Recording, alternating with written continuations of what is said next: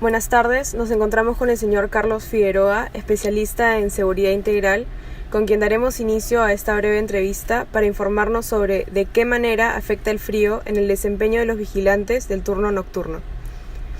La primera pregunta es, ¿qué tanto influye el frío como factor de riesgo en la vigilancia nocturna en Lima? Ante todo, buenas noches. Con respecto a su pregunta, le podría decir de que de alguna forma en Lima las temperaturas no son tan extremas, por lo tanto el servicio que pueda brindar un agente nocturno van a ser mucho más, las condiciones van a ser mucho mejores que si estuviese en otra región. La siguiente pregunta, ¿en qué condiciones debe trabajar un vigilante nocturno para tener un buen desempeño laboral? Un vigilante que cubre un servicio nocturno debería de contar con los elementos, con los equipos de protección personal más adecuados. Si hablamos de un agente que va a estar haciendo un servicio a la intemperie en un espacio abierto, debería de contar con una caseta, debería contar con un punto de descanso para poder evolucionar y tener protegido el espacio que va a cubrir. ¿Cuáles son los requerimientos mínimo indispensables que debe tener un vigilante nocturno a su disposición? El vigilante que cubre un servicio nocturno debería de contar con elementos que le van a permitir brindar un mejor servicio.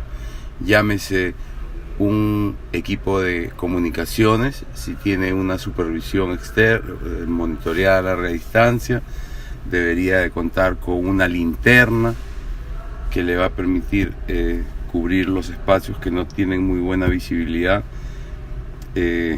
Aunque parezca gracioso, hasta una mascota muchas veces es importante porque es un compañero que lo va a ayudar a pasar las horas que va a estar esta persona concentrada. ¿Y normalmente necesitan casacas? Definitivamente. La casaca es una parte del equipo que él debería de portar como protección personal. ¿Quién es el responsable de proveer esos insumos al vigilante? Esa es una buena pregunta. Un vigilante formal que cubre un servicio a través de una empresa capacitada y habilitada por la SUCAMEC, en este caso, es un vigilante que va a tener un mejor respaldo y un total apoyo para los implementos que debería de emplear. Y sobre todo son partes básicas, el uniforme, ¿no? Tener un buen abrigo en los pies, pero como repito desde la primera pregunta, el tema en Lima no es tan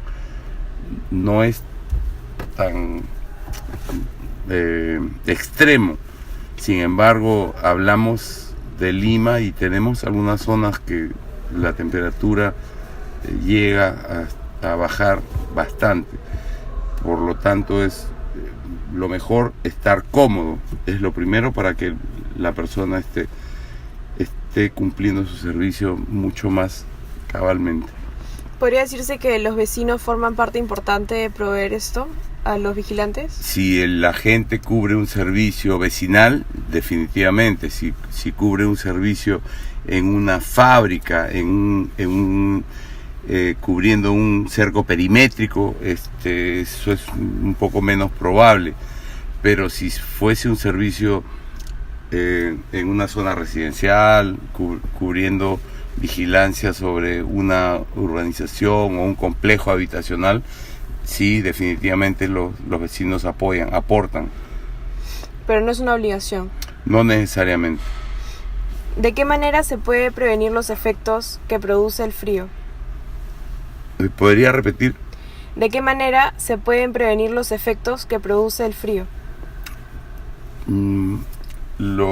Aunque parezca reiterativo, se previenen con los equipos de protección que él va a aportar.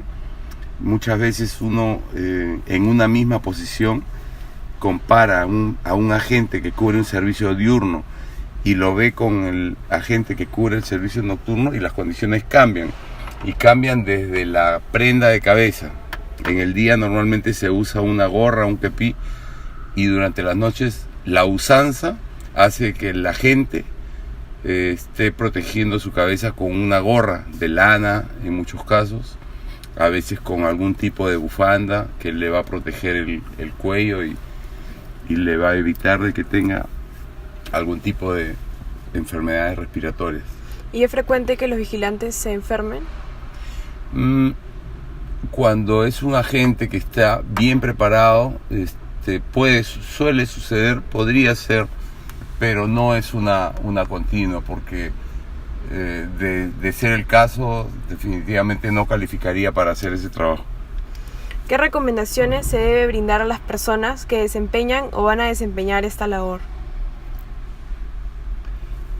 Normalmente, si hablamos de un agente que va a cubrir un trabajo nocturno, lo recomendable es de que el servicio sea rotativo. No sé si me entiende cuando le digo rotativo. Que sean más de una persona la que vaya a cubrir el turno.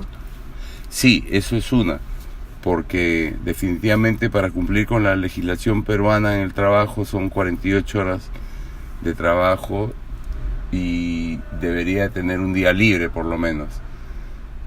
Pero también influye mucho el que un agente se vuelva un nocturno o un nochero, como lo dicen algunos, permanente.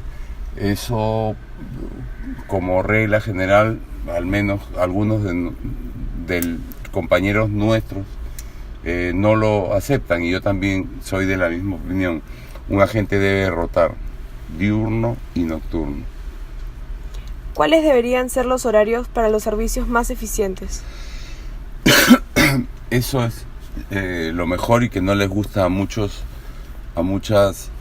empresas que solicitan los servicios de un agente de vigilancia, pero definitivamente el agente que trabaja solamente 8 horas va a ser definitivamente el agente más eficiente. ¿Qué tanto influye el que el vigilante nocturno brinde un servicio de manera formal o informal? Eso es algo que más que favorecer o beneficiar al que da el servicio, al que solicita el servicio, protege al propio agente, ¿no? Es mucho más gratificante, y para una persona de seguridad, y para sentir la tranquilidad de hacer un buen trabajo, el sentir la tranquilidad en el sentido de la solvencia, de la estabilidad laboral, de tener, de pensar durante esas horas, porque va a pasar muchas horas o varias horas solo recapacitando, el saber que se encuentra bien remunerado y que se encuentra bien considerado, que le van a reconocer sus servicios de acuerdo a lo que dice la ley, a diferencia de un agente informal que seguramente le pagarán con un recibo por honorarios, donde no va a tener derecho a ningún tipo de seguro y no va a tener derecho a ningún tipo de aportes a una AFP, lo que lo podría hacer a desviar o a tratar de cumplir durante las horas que está haciendo un servicio otro tipo de trabajo para compensar esa deficiencia. Ya, eso es todo. Muchas gracias. No, gracias. Qué ocurrencia.